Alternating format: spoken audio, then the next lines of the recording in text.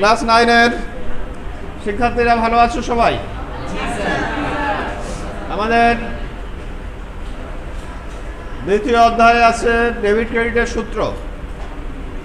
Debit ক্রেডিটের সূত্র গত ক্লাসে আমি জানিয়েছিলাম, সম্পদ বাড়লে ডেবিট, কমলে ক্রেডিট। সম্পদ বাড়লে ডেবিট, কমলে ক্রেডিট, এভাবে বলা ছিল। সম্পদের অপোজিট কি? দায়। দায় বাড়লে ক্রেডিট, কমলে ডেবিট। এই সূত্র দিয়ে হবে দায় কমলে ক্রেডিট, বাড়লে ক্রেডিট, কমলে ডেবিট। এই সূত্র দিয়ে হবে। তারপরে যা জানিয়েছিলাম ব্যয়ের ব্যাপার, ব্যয় বাড়লে কি হয়? ব্যয় বাড়লে ডেবিট, কমলে ক্রেডিট হয়। ব্যয় বাড়লে ডেবিট, কমলে ক্রেডিট হয়। ব্যয়ের অপোজিট কি? আয়। আয় বাড়লে কমলে ডেবিট। মালিকানা সত্ত্ব বাড়লে ক্রেডিট, বাড়লে ক্রেডিট, কমলে ডেবিট হয়। এইভাবে খেয়াল রাখতে হবে। এই সূত্রের ভিত্তিতে ডেবিট ক্রেডিট নির্ণয় হবে। স্লাইডে যা দেখতে পাচ্ছ এটা নিয়ে ভাবো যে একজন ব্যক্তি ব্যবসা শুরু করলো। ব্যবসা শুরু করার পর সে মোট যত টাকা নিয়ে আসলো তা হবে তার মূলধন। এখানে মোট কত টাকা নিয়ে আসলো? নগদ 1,50,000, আর সাউন্ড সিস্টেম নিয়ে আসলো 90,000, দিয়ে মূলধন হয়ে যাবে 2,40,000 টাকা। 2,40,000 টাকা হবে মূলধন। তারপরে কি বলছে? আয় নির্ণয় করো। সবগুলো লেনদেন মিলে আয় দেখতে হবে। সবগুলো লেনদেন মিলে আয় মানে কোনো কাজ করে দিয়ে যে টাকা পায় তাকে বলে আয়। আয় মানে কোনো কাজ করে দিয়ে যে টাকা পাওয়া যাবে তাকে বলা হবে আয়। মনে করো ঋণ নিল, ঋণ কি হবে? ঋণ নিল, ঋণ কি আয় হবে? ঋণ দায় হবে।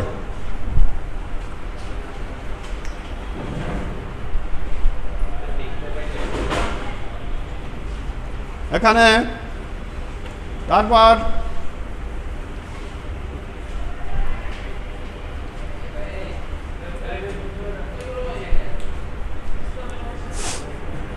এখানে দেখো যেটা বলতেছে 1 তারিখে আসবাবপত্র ধারে ক্রয়, এটা কি আয়?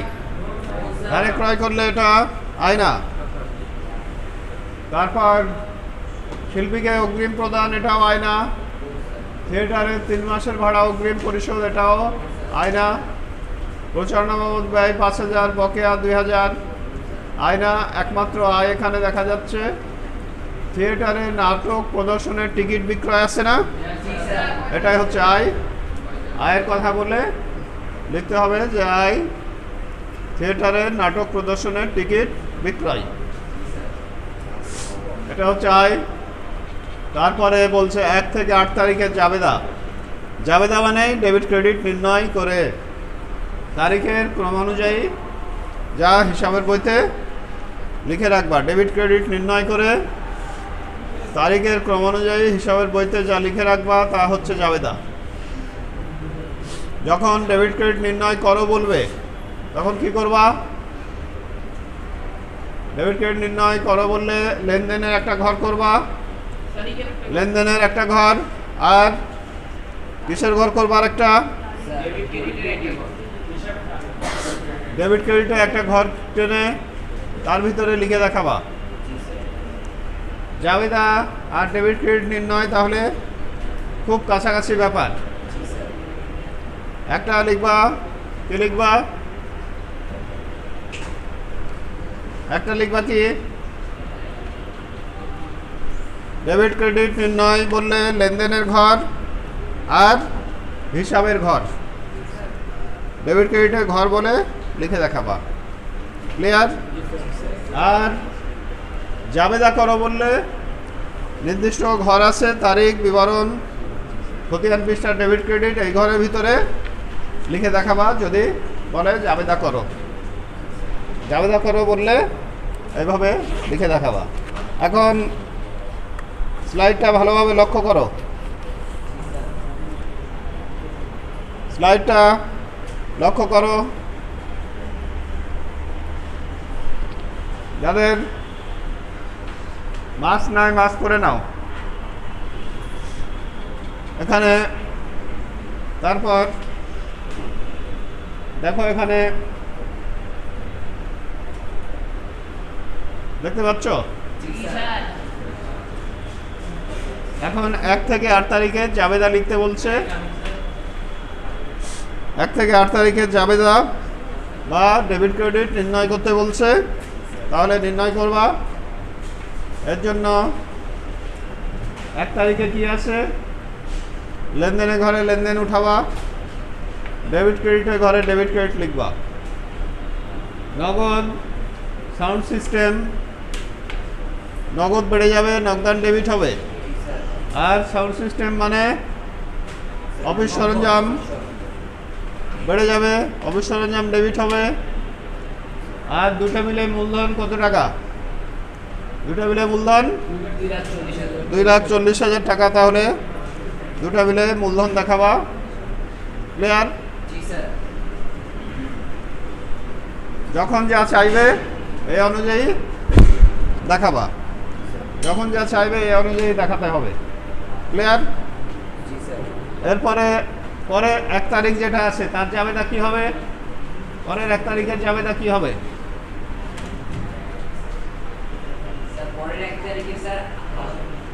তাহলে এখানে এখন এদিকে কয়ের উত্তর দেখতে পাচ্ছ। নগদ মূলধন এইভাবে নিম্নরূপ লিখে নগদ সাউন্ড সিস্টেম লিখলা। আর টিকিট যত টাকা বিক্রি করলো এটা হচ্ছে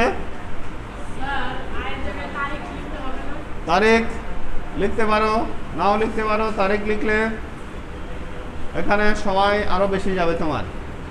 সময় যখন এক জায়গায় অতিরিক্ত লেখার কারণে সময় যাবে, তার মানে অন্য জায়গায় সময় তখন কমে যাবে, তখন তোমার সব উত্তর হবে না। এই জন্য বেশি বড় লিখতে গিয়ে জটিলতা বাড়িয়ে কোনো লাভ নাই। তোমাকে জিজ্ঞেস করছে আয় নিম্নরূপ, এইভাবে দেখাবা। তারপরে কি বলছে? এরপরে কি বলতে যাচ্ছে? এরপরে জাবেদা, তাই না? জাবেদা হলে জাবেদার ঘরের মধ্যে লিখবা। আর জাবেদার ঘরের ভিতরে এখানে 1 তারিখে এটা হচ্ছে জাবেদার ঘর। এই জিনিসটাই তুমি ডেবিট ক্রেডিট নির্ণয় বলে চাইলে কি করবা? লেনদেনের ঘরে লেনদেন উঠাবা, তারপর ডেবিট ক্রেডিট বলে লিখবা। আসপত্র ধারে ক্রয় করলে আসপত্র বেড়ে যাচ্ছে, আসপত্র ডেবিট। আর ধারের কারণে দায় বেড়ে যাচ্ছে, এই জন্য প্রদেয় ক্রেডিট হবে। দায় বেড়ে যাওয়ার কারণে প্রদেয় ক্রেডিট হবে। অগ্রিম প্রদান করছে, অগ্রিম প্রদান এটা ব্যয় না, অগ্রিম প্রদান সম্পদ। অগ্রিম ডেবিট দেখাচ্ছ। আর কি? অগ্রিম ডেবিট দেখাচ্ছ। আর কি? নগদ কমে যাচ্ছে, নগদান হিসাব ক্রেডিট হচ্ছে। নগদ কমে যাওয়ার কারণে নগদান হিসাব ক্রেডিট। ক্লিয়ার? এরপর অগ্রিম ভাড়া প্রদান, সম্পদ বাড়লে ডেবিট, অগ্রিম ভাড়া দিলে কিন্তু অগ্রিম ভাড়া ডেবিট হবে। নগদ কমে যাচ্ছে, নগদান ক্রেডিট। বিজ্ঞাপন ব্যয় প্রদান করা হলো, এর মধ্যে কিছু নগদে আছে আর কিছু বলছে যে বকেয়া আছে, কিছু বলছে বকেয়া। যখন যে কারণে ব্যয় হবে সেটা ডেবিট হবে। বিজ্ঞাপন ব্যয় দিলে বিজ্ঞাপন ব্যয় ডেবিট, ভাড়া দিলে ভাড়া ডেবিট, মজুরি দিলে মজুরি ডেবিট, এইভাবে হবে। ক্লিয়ার? তাহলে বিজ্ঞাপন ব্যয় ডেবিট, নগদান ক্রেডিট, নগদ কমার কারণে আর কিছু টাকা যে দেওয়া হচ্ছে না, এটা বকেয়া না? বকেয়ার কারণে বকেয়া বিজ্ঞাপন ব্যয় ক্রেডিট হবে, দায় বাড়লে যেহেতু ক্রেডিট। আসবাবপত্র আবার ধারে কিনছে, সম্পদ বাড়লে ডেবিট, আসবাবপত্র ডেবিট, ধারের কারণে দায় বেড়ে যাচ্ছে, এই জন্য প্রদেয় হবে ক্রেডিট। বিজ্ঞাপন খরচ মোট, বিজ্ঞাপন খরচের টাকা হবে মোট 7,000, নগদে হবে 5,000। ক্লিয়ার? নগদে হবে 5,000, আর কোথায় লিখবা? আর বাকিটা হবে 2,000। এখানে বিজ্ঞাপন খরচের টাকা কিছু হবে, আর এখানে এদিকে মূলত বিজ্ঞাপন খরচের টাকা হবে 7,000, বিজ্ঞাপন খরচের টাকা 7,000, নগদানের টাকা,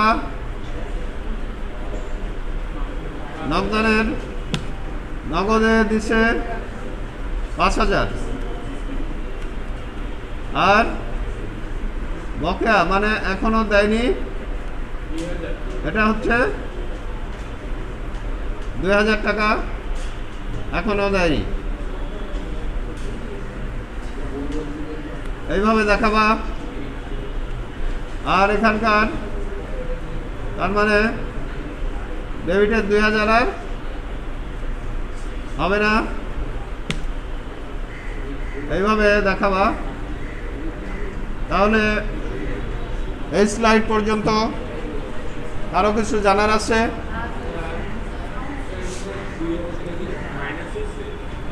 বিজ্ঞাপন খরচ মোট 7,000, নগদে দিছে 5,000, 2,000 টাকা এখনো দেয়নি, এটা বকেয়া।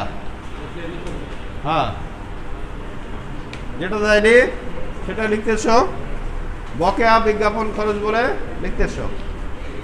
ক্লিয়ার? হ্যাঁ, বাকিতে ক্রয় 1 তারিখেরটা আসবাবপত্র ডেবিট, নগদে কিনলে নগদান ক্রেডিট হতো, আর বাকিতে হলে প্রদেয় বা বকেয়া বা পাওনাদার ক্রেডিট হবে। হ্যাঁ, দায় বৃদ্ধি পায় যখন, এদিকে যখন দায় বৃদ্ধি হবে ক্রেডিট হবে। তাহলে খেয়াল রাখো, লেনদেনগুলো দিয়ে যখন বলা হবে ডেবিট ক্রেডিট নির্ণয় করো, যেটা তোমাদের 3য় অধ্যায়ে আছে, এখানে 2টা কলাম করবা, লেনদেন কলাম আর ডেবিট ক্রেডিট কলাম করে লিখে দিলে হবে। জাবেদা চাইলে তখন এইভাবে বক্সের ভিতর লিখে দেখাতে হবে। ক্লিয়ার? তাহলে এখানে 6 নাম্বার পর্যন্ত কোনো প্রশ্ন থাকলে বলো। 9 নম্বরে আবার কিছু লেনদেন দেখতে পাচ্ছ, তাই না? আবার যে 9 নম্বরে আবার যে লেনদেন দেখতে পাচ্ছ, এখানে এদিকে মঞ্চ নির্মাণ সাজসজ্জা ব্যয় করা হয়েছে, কিছু নগদে পরিশোধ আর কিছু বকেয়া আছে। সম্পদ বাড়লে ডেবিট, এজন্য মঞ্চ নির্মাণ সাজসজ্জা ডেবিট, নগদ কমে গেল নগদান ক্রেডিট, প্রদেয় ক্রেডিট 4,000, যেটা পরিশোধ করা হয়নি তার জন্য প্রদেয় ক্রেডিট।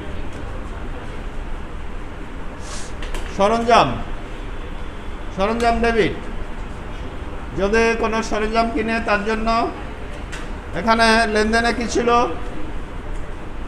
সরঞ্জাম কিনলে সরঞ্জাম ডেবিট হবে। মনে করো বলা হলো সাউন্ড সিস্টেমের করো যন্ত্রাংশ ক্রয়, তখন সাউন্ড সিস্টেম বা যন্ত্রাংশ ডেবিট, অবসরঞ্জাম ডেবিট হবে। টাকা কমে গেল, নগদান ক্রেডিট। টিকিট বিক্রি করে আয় হয়েছে, নগদ বেড়ে যাচ্ছে, নগদান ডেবিট। সেবায় ক্রেডিট অথবা টিকিট বিক্রয় ক্রেডিট, যে জন্য আয় হচ্ছে সেটা ক্রেডিট হবে। এটা একটা শিল্পীদের সম্মানী প্রদান করলে সম্মানী ডেবিট, নগদান ক্রেডিট। না হলে সেবাবাই ডেবিট, নগদান ক্রেডিট, এইভাবে লিখতে হবে। যখন জাবেদা চাইবে তখন এরকম,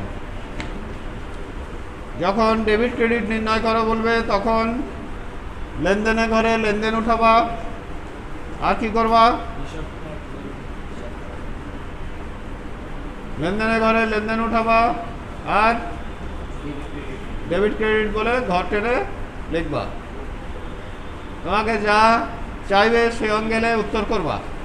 উত্তর করতে গিয়ে অনেক বড় উত্তরে যদি চলে যাও তাহলে একটা ভালো লিখতে গিয়ে আরেকটা প্রশ্ন ছেড়ে দিলে এটা ক্ষতি। এখন তাহলে আবার বলো, এই গ নম্বর অংশে কারো কিছু জানার আছে?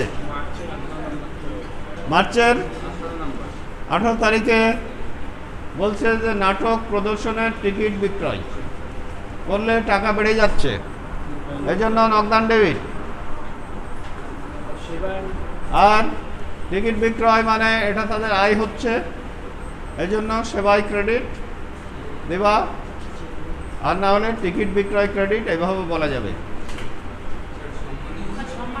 সম্মানে ডেবিট অথবা সেবা ব্যয় ডেবিট, এভাবেও বলা যাবে। ব্যয় যখন যে জন্য ব্যয় হবে ওইটা ডেবিট হবে। ভাড়া দিলে ভাড়া ডেবিট, মজুরি দিলে মজুরি ডেবিট, কর্মচারীর বেতন দিলে কর্মচারীর বেতন ডেবিট। আর কি প্রশ্ন আছে বলো এখানে? আর কোথায় কার কি প্রশ্ন আছে জানার আছে?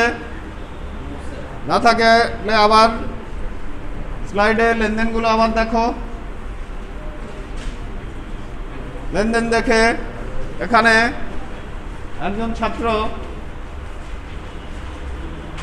আমাকে, stand up, your name? Mishan Ahmed Raihan. তুমি আমাকে জাবেদার সূত্র থেকে বলো, বা ডেবিট ক্রেডিট নির্ণয়ের পুরো সূত্র বলো আগে। হ্যাঁ, একটু জোরে বলো। বাকিরা শোনো, বাকিদের কাছে জানতে চাওয়া হবে। সম্পদ বাড়লে ডেবিট, সম্পদ কমলে ক্রেডিট। দায় বাড়লে ক্রেডিট, দায় কমলে ডেবিট, দায় কমলে ডেবিট। তারপরে ব্যয় বাড়লে ডেবিট, ব্যয় কমলে ক্রেডিট। আয় বাড়লে ক্রেডিট, আয় কমলে ডেবিট। তারপর আর কিছু আছে? মালিকানা সত্ত্ব বাড়লে হচ্ছে মালিকানা সত্ত্ব বাড়লে ক্রেডিট, কমলে ডেবিট। এখন এই লেনদেনগুলোর প্রত্যেকটার জাবেদা বা ডেবিট ক্রেডিট নির্ণয় ওই সূত্রের যে অংশ থেকে হচ্ছে এটা বলো। প্রথম থেকে স্লাইডে যা দেখতে পাচ্ছ, প্রথম থেকে কোনটা কেন ডেবিটে আসলো আর কোনটা ক্রেডিটে আসলো এটা বলো। একেবারে প্রথম লেনদেন থেকে বলবা। প্রথম লেনদেন কি আছে? মার্চের 1 তারিখে 30,000 টাকার আসবাবপত্র ধারে করে আসবাবপত্র হিসাব হচ্ছে ডেবিট এবং নগদান হিসাব ক্রেডিট। না, এটা না। প্রথম তারিখ মানে একেবারে উপরে যেটা আছে এখান থেকে বলবা। প্রথম তারিখ কি? 1,50,000 টাকা এবং 90,000 টাকার সাউন্ড সিস্টেম নিয়ে। হ্যাঁ, এটা যে ডেবিট ক্রেডিট নির্ণয়ের যে সূত্র আছে না, ওই সূত্র অনুযায়ী বলবা।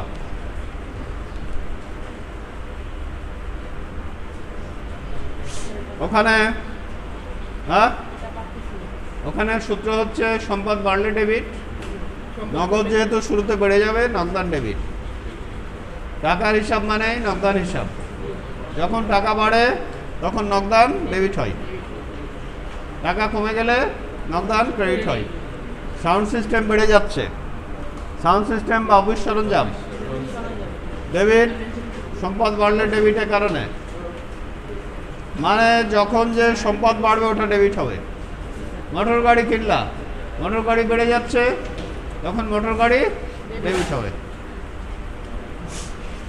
টোটাল মিলে মালিকানা সত্ত্ব বেড়ে যায়, মালিকানা সত্ত্ব বাড়লে ক্রেডিট। Sit down.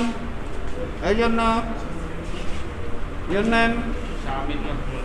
শাহ আবির মাহমুদ। বলো তুমি।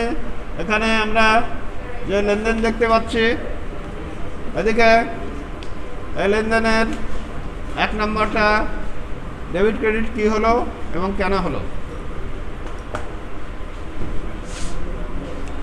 1 নম্বরের ডেবিট ক্রেডিট কি হলো এবং কেন হলো।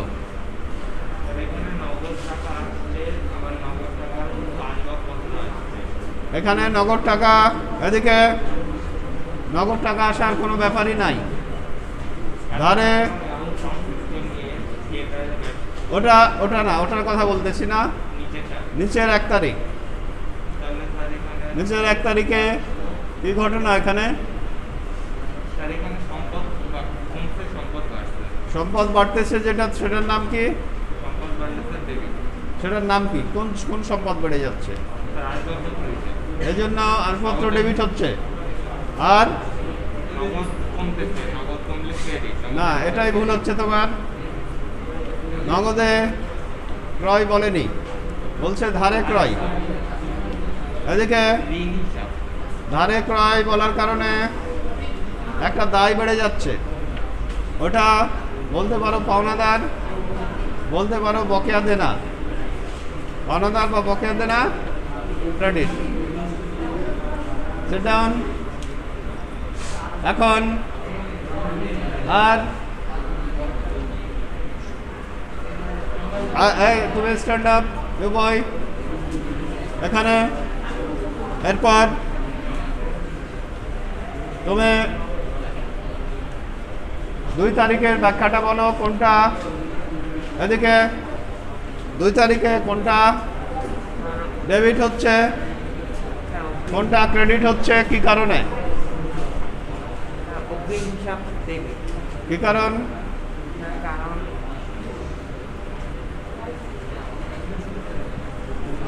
সূত্রের কোন অংশ থেকে এসে অগ্রিম ডেবিট হচ্ছে? কোন অংশ থেকে? সম্পদ বাড়লে ডেবিট আছে না, ওই সম্পদ বাড়ার কারণে অগ্রিম ডেবিট। আর নগদান, কেন নগদান ক্রেডিট? সূত্রের কোন অংশ থেকে? যখন যে সম্পদ কমে এদিকে ওই সম্পদ ক্রেডিট হয়। অগ্রিম প্রদান করলে নগদ কমে যাচ্ছে, মনে করো নগদান ক্রেডিট, এই জন্য নগদান credit. Sit down. Your name? সম্পূর্ণ নাম বলো? সাইফ। এখানে তুমি ব্যাখ্যা করো যে 3 নম্বর লেনদেনের ডেবিট ক্রেডিট কি হবে এবং কেন হবে।